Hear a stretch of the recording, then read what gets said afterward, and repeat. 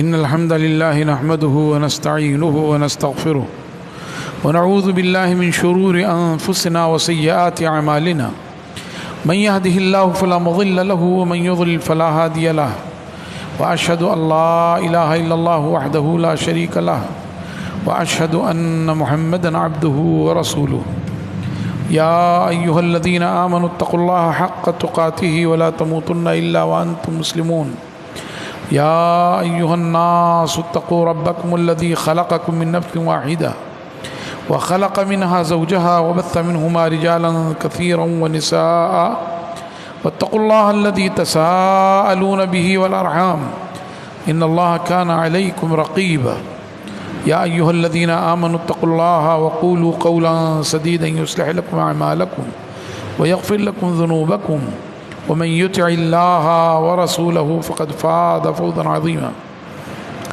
أما بعد فإن خير الحديث كتاب الله وخير الهدي هدي محمد صلى الله عليه وسلم وشر الأمور محدثاتها وكل محدثة بدعة وكل بدعة ضلالة وكل ضلالة في النار.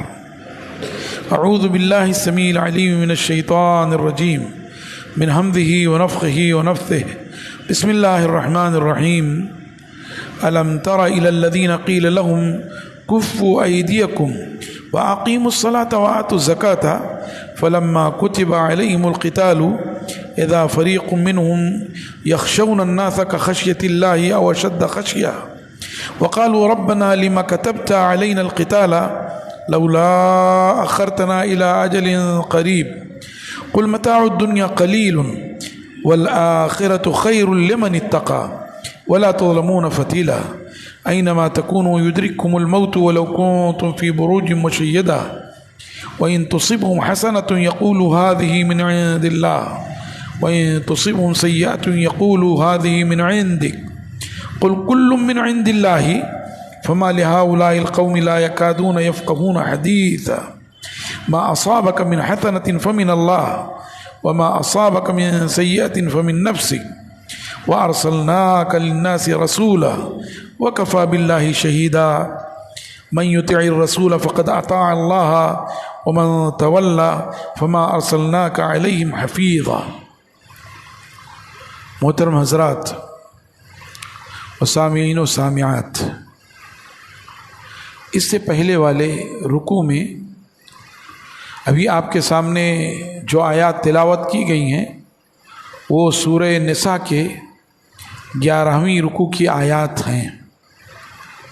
اس سے پہلے 10ویں رکوع میں اللہ تبارک و تعالی نے اہل ایمان سے مطالبہ کیا تھا کہ وہ اللہ کے راستے میں کوشش کریں، اور کوشش ہی کو جہاد کہا گیا ہے۔ وہ کوشش اپنی خواہشات کے خلاف، اپنے نفس کے خلاف، اپنے معاشرے کے خلاف، اپنے بھائی بندوں کے خلاف، دین کو مقدم رکھنے کے لیے، اللہ کے کلمے کو بلند کرنے کے لیے جو کوشش کی جائے وہی جہاد ہے، اور اس کی سب سے آخری اور سب سے اعلیٰ شکل جہاد بالسیف ہے، تلوار کے ذریعے جہاد، اور وہ بھی اس صورت میں جب سامنے والی قوم مجبور کر دے، جب وہ دین میں کیڑا نکالنے لگے، جب وہ اللہ اور اس کے رسول کی شان میں گستاخیاں کرنے لگے، جب وہ دین میں تحریف کرنے لگے اور توڑ مروڑ کر پیش کرنے لگے اور مسلمانوں کی عزت و آبرو سے کھلواڑ کرنے لگے، رسول اللہ صلی اللہ علیہ وسلم کی ناموس میں گستاخی کرنے لگے، تو ایسی صورت میں اجازت ہے، لیکن صرف انہی لوگوں سے جو یہ حرکت کر رہے ہوں، ورنہ عام قوم سے نہیں ہے۔ اور اسی ضمن میں نے یہ بات پچھلے ہفتے میں کہی تھی کہ ان آیات کے تلاوت کے وقت اتفاق ہے کہ اس وقت سارا طاغوت اس سرزمین اور اس سرزمین والوں کے خلاف متحد ہو گیا ہے جو انبیاء کی سرزمین ہے، جو مسلمانوں کا قبلہ اول ہے اور جس سرزمین کے عرب بلا شرکت غیر مالک ہیں، اس سرزمین کا اکثر و بیشتر حصہ مسلمانوں کا ہے، کچھ تھوڑے سے عیسائی ہیں جو اس سرزمین کے بعض بہت معمولی حصوں پر، اور یہود کا تو وہاں کچھ ہے ہی نہیں۔ لیکن یہ طاغوتی طاقتیں اپنے طاقت کے گھمنڈ میں، اپنے طاقت کے نشے میں چور ہو کر کے زبردستی انہوں نے اسلامی ممالک کے درمیان عربوں کے سینے میں یہودیوں کا خنجر گھونپ دیا ہے۔ یہودی وہ اژدہا ہے جس نے پوری دنیا کو اپنے شکندے میں کس اور جکڑ لیا ہے، اور جس سے کسی خیر کی امید نہیں۔ اس کی شہادت خود اللہ تبارک و تعالی نے قرآن پاک میں دی ہے۔ وَضُرِبَتْ عَلَيْهِمُ الذِّلَّةُ وَالْمَسْكَنَةُ وَبَاءُوا بِغَضَبٍ مِّنَ اللَّهِ ذَلِكَ بِأَنَّهُمْ كَانُوا يَكْفُرُونَ بِآيَاتِ اللَّهِ وَيَقْتُلُونَ النَّبِيِّينَ بِغَيْرِ الْحَقِّ ذَلِكَ بِمَا عَصَوْا وَكَانُوا يَعْتَدُونَ۔ یہ کیوں ملعون، مقہور اور ذلیل قوم ہیں؟ اس لیے کہ انہوں نے اللہ کی آیات کا انکار کیا ہے، اللہ کے برگزیدہ بندوں کو شہید کیا ہے، اللہ کے آیات میں تحریف کی ہے، تبدیلی اور تغیر کی ہے، اس لیے یہ حرکت ہوئی ہے۔ حتیٰ کہ یہ مشرکین سے بھی گئے گزرے ہیں، صاحب شریعت ہوتے ہوئے انہوں نے اللہ کی آیات کا انکار کیا اور اللہ کے بندوں کو انہوں نے شہید کیا، انبیاء کو۔ یہود کے علاوہ، بنی اسرائیل کے علاوہ کوئی ایسی قوم نہیں ملتی ہے جنہوں نے اپنے نبی کو شہید کیا ہو، ان کو ستایا، دست درازی کی، ان کی عزت سے کھلواڑ کرنے کی کوشش کی، اذیت دی۔ خود رسول اللہ صلی اللہ علیہ وسلم کو قریش مکہ نے اتنا ستایا کہ آپ نے فرمایا مجھ سے زیادہ کسی نبی کو نہیں ستایا گیا، لیکن کسی نبی کو شہید کرنے والا معاملہ، یہ لعنت صرف بنی اسرائیل کے حصے میں ہے۔ تو ان طاغوتی طاقتوں نے ان بنی اسرائیلیوں کو، یہودیوں کو عربوں کے سینے میں ایک خنجر گھونپ دیا ہے، لیکن ظاہر ہے کہ اس کا انجام آج نہیں تو کل سوائے ناکامی اور خسارے کے اور کچھ نہیں ہے۔ اللہ نے فرمایا ہے کہ جب دوسرا وعدہ آئے گا، فَإِذَا جَاءَ وَعْدُ الْآخِرَةِ جِئْنَا بِكُمْ لَفِيفًا، جب جو دوسرا آئے گا، میں نے بتایا تھا کہ یہ لوح محفوظ میں لکھ دیا گیا ہے کہ بنی اسرائیل 2 مرتبہ عظیم فساد برپا کریں گے، اور ایک مرتبہ جب انہوں نے عظیم فساد برپا کیا تو اللہ تعالیٰ نے عمالقہ کو اور ان کے سردار بخت نصر کو مسلط کر دیا تھا، اور دوسرا جو عظیم فساد ہے وہ عنقریب پورا ہونے والا ہے۔ ہم تعین نہیں کر سکتے کہ کب، بس عنقریب پورا۔ جو آثار بتا رہے ہیں، جو بنی اسرائیلی اپنی مملکت میں جو حرکتیں کر رہے ہیں، اس کی روشنی میں ایسا لگتا ہے کہ بالکل عنقریب، بس کچھ سالوں کی بات ہو۔ ابھی وہ مسلمانوں کی عزتوں سے، ان کے بچوں کے خون سے ہولی کھیل رہے ہیں، اور دنیا تماشائی ہے۔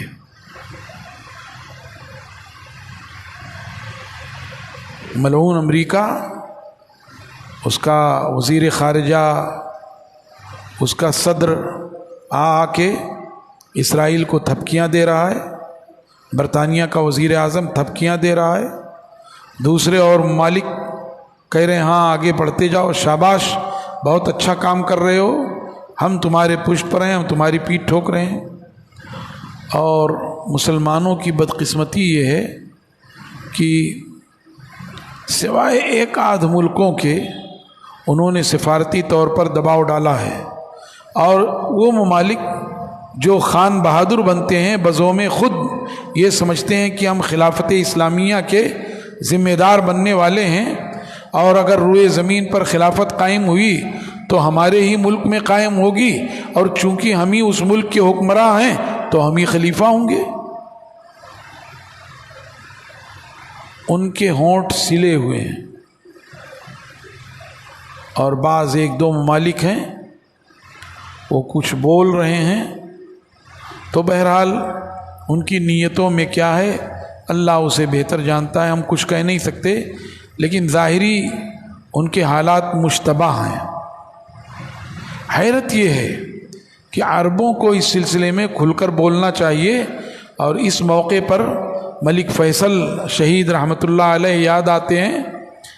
بنی اسرائیل کو 1972 میں جو شکست فاش ہوئی تھی اس میں سب سے بڑا حصہ ملک فیصل کا تھا۔ انور سادات کو تو انہوں نے سمجھیے مہرہ بنایا، اور انور سادات نے کوشش کی، لیکن اصل ڈپلومیسی اور اصل تیاری اور اصل محنت اور اصل سرمایہ ملک فیصل رحمۃ اللہ علیہ کا تھا، اور قریب تھا کہ اسرائیل دنیا کے نقشے سے مٹ جاتا، لیکن اس وقت بھی یہی ملعون امریکہ دوڑ کر آیا تھا، اور آج بھی اس نے اپنے بیڑے، جنگی بیڑے، ایٹمی بیڑے، وہ جو ہے اس نے سمندر میں اتار دیے ہیں۔ یہ بھول جاتے ہیں کہ زمین و آسمان کی بادشاہت اللہ کے اختیار میں ہے، وہ جس کو جب چاہے جس انداز میں میٹ دے۔ اسی اسرائیل کا وزیر اعظم 20 سال تک کوما میں پڑا رہا، تب جا کر کے مرا وہ، اس لیے کہ وہ بہرحال مسلمانوں کا قاتل تھا، اس نے مسلمانوں کے خون سے ہولی کھیلی تھی، اور ان کے ساتھ بھی ہوگا۔ پر ہم مسلمانوں کو بھی سوچنے کی ضرورت ہے کہ ہمارا اپنا کردار کیا ہے، ہم اللہ رب العزت کے تئیں کتنے مخلص ہیں، رسول اللہ صلی اللہ علیہ وسلم کی اطاعت کے تئیں ہم کتنے مخلص ہیں، اسلام کے تئیں کتنے سنجیدہ ہیں، مسلمانوں کے تئیں ہم کتنے خیر خواہ ہیں۔ یہ خود مسلمانوں کو بھی سوچنے کی ضرورت ہے۔ آج خود مسلمان گروہوں میں بٹا ہوا ہے، اور ایسا گروہوں میں بٹا ہوا ہے کہ ایک گروہ دوسرے کو کافر کہہ رہا ہے، دوسرا پہلے کو کافر کہہ رہا ہے۔ اور بھائی جب امت وسط کا عالم یہ ہو کہ ایک گھر کے 5 افراد ہوں، وہ آپس میں ایک دوسرے سے لڑے ہوئے ہوں، تو جو پڑوسی ہیں وہ آرام سے اس گھر کو لقمہ تر بنا لیتے ہیں، جب چاہتے ہیں پیٹ دیتے ہیں، جب چاہتے ہیں ان کو تباہ کر دیتے ہیں، ان پر حملہ کر دیتے ہیں۔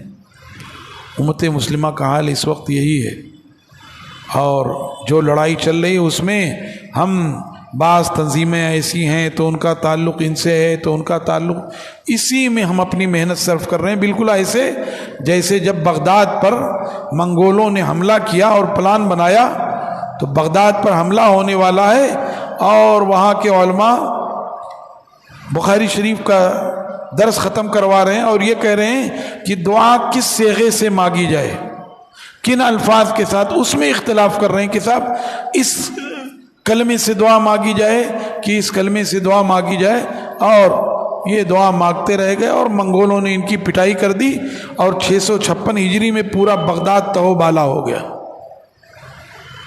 خلافت عباسیہ کا چراغ گل ہو گیا۔ ایسے ہی آج بھی ہم لگے ہوئے ہیں، کون سی تنظیم کیا ہے تو اس پر کیا ہونا اور کیا نہیں۔ ارے بھائی اس کے لیے اور موقع ہے، آج موقع یہ ہے کہ مسلمان 2-3 کام خاص طور سے کریں۔ ایک تو اللہ رب العزت سے اپنا تعلق مضبوط کرے، اپنے گناہوں پر توبہ و استغفار کرے، اور اپنے مظلوم بھائیوں کے لیے دعا کرے۔ پہلے اپنے لیے توبہ و استغفار کرے تاکہ اس کے زبان سے نکلے ہوئے الفاظ اللہ کے ہاں قبول ہوں۔ دوسرے وہ یہ جو حالات چل رہے ہیں اس میں مسلمانوں کی اس حد تک، فلسطینیوں کی اس حد تک حمایت کرے، میڈیا میں اس حد تک پھیلائے کہ ہر مسلمان تک یہ بات پہنچ جائے. اور تیسرے، اسرائیلی مصنوعات کا بائیکاٹ کرے، کھل کر بائیکاٹ کرے، کھل کر بائیکاٹ کرے، کھل کر بائیکاٹ کرے. جو بھی اسرائیلی مصنوعات ہیں اس میں وہ کیا نام ہے، وہ دیا ہوا رہتا ہے لیبل پہ، کسی بھی اسرائیل مصنوعات سے. اور میں تو کہتا ہوں اسرائیلی ہی نہیں، ایسے تمام ممالک جو اسرائیل کی مدد کر رہے ہوں، چاہے وہ امریکہ ہو، چاہے وہ برطانیہ ہو، چاہے وہ فرانس ہو، ان کی مصنوعات کا بھی بائیکاٹ کرنا چاہیے، ان کی مصنوعات کا بھی بائیکاٹ کرنا چاہیے. کم سے کم ان کو کچھ نقصان پہنچے نہ پہنچے، ہمارا اور آپ کا نام اللہ تعالیٰ کے ہاں اس زمرے میں تو لکھا جائے گا کہ ہم نے اپنے مظلوم فلسطینی بھائیوں کی مدد کے لیے آواز اٹھائی. ہم جو کر سکتے تھے وہ ہم نے کیا. ہم اللہ سے فریاد کر سکتے تھے، اپنی گنہگار زبان سے ہم نے فریاد کیا. ہم نے ان کے حالات کو دنیا تک پہنچانے کی کوشش کی سوشل میڈیا کے ذریعے، اور ہم نے ان کے معیشت پر ضرب لگانے کی کوشش کی، اور اثر ہونا فطری بات ہے. اور یہ بات جیسے عربوں کے مضامین یہاں تک پہنچتے ہیں، ہمارے مضامین عربوں تک بھی پہنچنے چاہیے، اور ان کو بھی آمادہ کرنا چاہیے کہ عیش پرستی والی زندگی چھوڑ کر پھر وہ جو ملک فیصل رحمۃ اللہ علیہ کہتے تھے، ہمارا کیا ہے، ہم صحرا نشین لوگ ہیں، ہم اونٹوں سے سفر کر لیں گے، لیکن یاد رکھو جس دن ہم نے تیل بند کر دیا تو تم نیند کی آغوش میں چلے جاؤ گے. تمہاری گاڑیاں، تمہارے جہاز، تمہاری کمپنیاں، تمہارے بڑے بڑے فرٹیلائزرز سب موت کی آغوش میں چلے جائیں گے. اور ہم تو اسی صحرا کے پیداوار ہیں. اور مسلمان تو وہ ہے جو موٹا جھوٹا کھاتا ہے اور اپنے رب کی مضبوطی کے ساتھ عبادت کرتا ہے. تو ان کی مصنوعات کا بائیکاٹ ہونا چاہیے. تو پچھلے ہفتے کے درس میں یہ سب باتیں تھیں. اسی کے فوراً بعد یہ بات آ رہی ہے کہ مسلمانوں پر ایک دور وہ بھی گزرا ہے جب انہیں جہاد سے منع کیا گیا تھا. مکی زندگی میں تھے وہ، اگر وہ فوراً جہاد پر اترتے، قتال پر اترتے تو سارا کفر بالکل بالمقابل ہو جاتا اور مٹھی بھر مسلمانوں کے لیے مشکل ہو جاتا. لیکن جب یہ صبر کرتے رہے، ان کی مار کھاتے رہے، تو انہی میں سے جو سنجیدہ لوگ تھے ان کو سوچنے کا موقع ملا. مار کھا رہے ہیں پھر بھی صبر کر رہے ہیں، پھر بھی نعرے توحید بلند کر رہے ہیں، پھر بھی محمد صلی اللہ علیہ وسلم کی اطاعت کا دم بھر رہے ہیں. کچھ ہے، چاہے وہ بلال حبشی ہوں، چاہے وہ خباب بن عرت ہوں، چاہے وہ عمار یاسر سمیہ رضی اللہ عنہم ہوں، چاہے وہ لبینہ نہدیہ ہوں، اور کتنے ایسے بیچارے غلام تھے. اور ان کے علاوہ غلاموں پر تو ظلم کی انتہا تھی، اور جو آزاد تھے ان پر بھی ظلم ہو رہا تھا، چاہے وہ ابو بکر صدیق ہوں، چاہے وہ عمر فاروق ہوں، چاہے عثمان بن عفان ہوں، چاہے وہ عبد الرحمن بن عوف ہوں. اور آخری بات یہ ہے کہ جناب محمد الرسول اللہ صلی اللہ علیہ وسلم کی ذاتی گرامی بھی محفوظ نہیں تھی. آپ کے ساتھیوں کو ستایا جاتا تو بھی آپ پر دکھ ہوتا. خود آپ کے گردن مبارک پر اونٹ کی اوجھ لاد دی گئی، آپ کے گلے میں چادر ڈال کر آپ کو گھسیٹ دیا گیا. اس کے باوجود آپ نے لوگوں کو کہا صبر کرو. لیکن جب مدینہ طیبہ آپ آ گئے تو اجازت مل گئی. یہ اس بات کی دلیل ہے کہ کچھ حالات ہوتے ہیں جہاں آدمی کو صبر کرنا چاہیے اور پھر منصوبہ بندی کے ساتھ مضبوط قدم بڑھانا چاہیے، اور جب قدم بڑھا دے تو اس کو پیچھے نہیں ہٹنا چاہیے۔ جان کیا ہے؟ جان دی ہوئی اسی کی تھی، جان دی ہوئی اسی کی تھی، حق تو یہ ہے کہ حق ادا نہ ہوا۔ اب جب اتر گئے ہیں غزہ کے مجاہدین اور فلسطین تو ان کو آر پار کر لینا چاہیے، آر پار کر لینا چاہیے۔ یا تو ہم خاک و خون میں نہا کر شہادت کی موت لے لیں گے، یا تم کو دنیا کے نقشے سے مٹا دیں گے۔ اور جب یہ فیصلہ کر لیں تو ایسا ہو جائے گا، دوسروں کا تعاون اور دوسروں کا معاملہ کچھ کام نہیں آ سکتا۔ اور یہ ہونا چاہیے۔ اللہ تعالیٰ نے دیکھی کیا فرمایا، الم تر الی الذین کفروا، اے محمد الرسول صلی اللہ علیہ وسلم کیا آپ نے ان لوگوں کی طرف نہیں دیکھا جن سے کہا گیا تھا کہ اپنے ہاتھوں کو روک لو مکی زندگی میں، وَأَقِيمُوا الصَّلَاةَ وَآتُوا الزَّكَاةَ، اور صلاۃ قائم کرو اور زکوٰۃ دو۔ گویا آہذاری بڑی چیز ہے۔ ہندوستان کا مسلمان یا وہ تمام لوگ جو فلسطین سے دور ہیں ان کو آہذاری کرنی چاہیے، ان کے بزرگوں کو، ان کے جوانوں کو، ان کی عورتوں کو، ان کے بچوں کو آہ سحرگاہی کرنی چاہیے، اور اپنے نالے اور اپنی سسکیوں سے عرش تک اپنی آواز پہنچا دینی چاہیے، اللہ تیرے یہ مظلوم بندے تیری مدد کے مستحق ہیں، تیری جو ہے توفیق کے مستحق ہیں، تو محض اپنے فضل و کرم سے ان کا ہو جا۔ وہی کہا وَأَقِيمُوا الصَّلَاةَ وَآتُوا الزَّكَاةَ، صلاۃ قائم کرو اور زکوٰۃ دو۔ اس وقت روکا گیا۔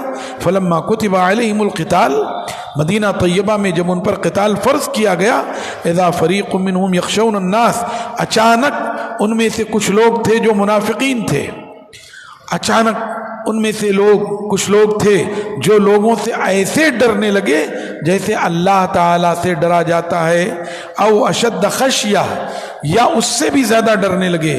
وقالوا ربنا لما كتبت علينا القتال، اور وہ کہنے لگے اے ہمارے پروردگار تو نے ہم پر قتال کیوں فرض کر دیا؟ پہلے تو بڑے تیس مار خاں بن رہے تھے، بڑے تیس مار خاں، ارے ابھی فوج ہٹا لی جائے تو ہم ایسا ایسا کر دیں گے۔ یہ سب بیوقوفی اور حماقت کی باتیں ہیں، کچھ رہتا نہیں ہے اور چلانے لگتے ہیں۔ ہمارے یہاں بھی کچھ لوگ ایسے گزرے، ایک مچھر نہیں مار سکتے تھے لیکن چوراہوں پہ کھڑے ہو کر کے بڑے لمبے لمبے دعوے کرتے تھے، نتیجہ یہ ہوا کہ کچھ کر نہیں سکے سوائے اس کے کہ وہ باؤنڈ کر دیے گئے، اور ان کی وجہ سے ہندوستانی مسلمانوں پر بڑی مصیبتیں آئیں۔ یہاں وہی بات کہی جا رہی ہے کہ پہلے تو کہہ رہے تھے کہ آئے ہو کہ اللہ کے رسول یہ تو مسلمان ہو گئے تو ذلت کی زندگی ہے، کہا دیکھو ہمیں کچھ حکم نہیں ملا ہے، مکی زندگی میں حکم نہیں ملا، اب جب مدینہ طیبہ کی زندگی میں حکم ملا تو کچھ منافقین تیار ہو گئے اور کہا اے ہمارے پروردگار ہم پر قتال کیوں فرض کر دیا گیا، لولا اخرتنا الی اجل قریب، کیوں نہیں ایک مدت تک اسے مؤخر کر دیا گیا تھا۔ قل متاع الدنیا قلیل، آپ کہہ دیجئے دنیا کی زندگی بڑی تھوڑی ہے، تم مال بچانا چاہتے ہو تو آخرت کے مقابلے میں مال بہت تھوڑا، تم جان بچانا چاہتے ہو تو اللہ نے جان جس حساب سے لکھ دی ہے وہ آ کر رہے گی۔ قل متاع الدنیا قلیل، آپ کہہ لیں دنیا کی زندگی بڑی مختصر ہے، تھوڑی ہے، والآخرۃ خیر لمن اتقی، اور آخرت کی زندگی بہتر ہے اس شخص کے لیے جو اللہ کا تقوی اختیار کرے، ولا تظلمون فتیلا، اور تم پر ذرہ برابر ظلم نہیں کیا جائے گا۔ اینما تکونوا یدرککم الموت، مسلمانوں کان کھول کر سن لو، تم جہاں کہیں بھی ہو موت تمہیں آ کر رہے گی، بارہ دری میں ہو، اندر سے اندر بنگلے میں ہو، جنگ کے میدان میں ہو، کھیت کھلیان میں ہو، کاروبار میں ہو، جہاں بھی ہو موت تمہیں آ کر رہے گی. وَلَوْ كُنْتُمْ فِي بُرُوجٍ مُشَيَّدَةٍ، چاہے تم مضبوط ترین محلوں میں کیوں نہ ہو، مشیدہ جو اینٹوں سے مضبوط کر دیا گیا ہو ایک دوسرے پر رکھ کر کے، چاہے تم مضبوط ترین محلوں میں کیوں نہ ہو. وَإِن تُصِبْهُمْ حَسَنَةٌ يَقُولُ هَذِهِ مِنْ عِنْدِ اللَّهِ، اگر انہیں کوئی بھلائی، کوئی خیر، کوئی نیکی پہنچتی ہے، کوئی امن اور خوشحالی، مال پہنچتا ہے، کہتے ہیں اللہ کی جانب سے. وَإِن تُصِبْهُمْ سَيِّئَةٌ، لیکن اگر انہیں کوئی آزمائش پہنچتی ہے، کوئی مصیبت پہنچتی ہے، دشمن سے کوئی شکست پہنچتی ہے، یقول هذه من عندک، تو فوراً یہ منافقین کہہ دیتے ہیں یہ آپ کی جانب سے ہے. قل کل من عند اللہ، آپ کہہ دیجئے یہ سب اللہ کی جانب سے ہے. بھلائی پہنچتی ہے اس میں ہمارا رب دیکھنا چاہتا ہے کہ ہم اس کے کتنے شکر گزار ہیں. آزمائش پہنچتی ہے ہمارا رب یہ دیکھنا چاہتا ہے کہ ہم کتنے صبر کرنے والے ہیں. قل کل من عند اللہ، سب اللہ کی جانب سے. فما لہؤلاء القوم، اس قوم کو کیا ہو گیا ہے، لا یکادون یفقہون حدیثا، کہ یہ بات سنتے ہی نہیں، یہ بات سمجھنا ہی نہیں چاہتے، بس اٹکل پچھو والی بات. ہم مسلمانوں کا بھی یہی حال ہو گیا ہے کہ جب اچھائی پہنچتی ہے خوش، اور جب تھوڑی سی اذیت پہنچتی ہے، کتنے مسلمان ہیں جو لال دھاگا باندھ لیتے ہیں، جو زعفرانی گمچھا لے کر چلنے لگتے ہیں. میں یہ اس پر کوئی بات نہیں کہہ رہا ہوں، یہ بات تو وہ کہہ رہے ہیں، ہم نہیں کہہ رہے کہ کپڑوں سے پہچان سکتے ہو، ٹکڑے ٹکڑے گینگ کو کپڑوں سے پہچان سکتے، یہ وہ کہتے ہیں، ہم نہیں. لیکن ہم یہ کہہ رہے ہیں کہ فوراً اپنا رنگ بدل لیتے ہیں گرگٹ کی طرح. تو جو گرگٹ کی طرح رنگ بدل لے، جو مستقل بھی ذات نہ ہو، جس کے ہاں ثابت قدمی نہ ہو، اس کو دنیا کی کوئی طاقت پٹنے سے بچا نہیں سکتی ہے. اس کو پٹنا ہی پٹنا ہے، ذلت اس کے لیے لکھ دی گئی ہے. اس لیے میرے بھائیوں اور دوستو، ہمارا راستہ صاف ہے، ہمارے 3 اصول ہیں. ہمارا رب اللہ ہے، اور ہمارا دین اسلام ہے، اور ہمارے نبی محمد صلی اللہ علیہ وسلم ہے. اور انہی تینوں اصولوں پر ہم اچھی طرح کاربند ہیں. ہمارا رب اللہ ہے، توحید خالص، ہمارا دین اسلام ہے. دنیا کے سارے ادیان اپنی جگہ، لیکن واجب العمل جو دین ہے وہ اسلام ہے. اور لائق اقتداء، لائق نمونہ، لائق مطاع، لائق اتباع اگر کوئی ہستی ہے تو جناب محمد رسول اللہ صلی اللہ علیہ وسلم کی ہستی ہے. مسلمان جب تک ان تینوں اصولوں کو مضبوطی سے تھامے رہے گا، اور اللہ اور اس کے رسول صلی اللہ علیہ وسلم کے حکموں پہ عمل کرتا رہے گا، اور ثابت قدم رہے گا، انشاءاللہ وہ سرخرو اور شاد کام رہے گا.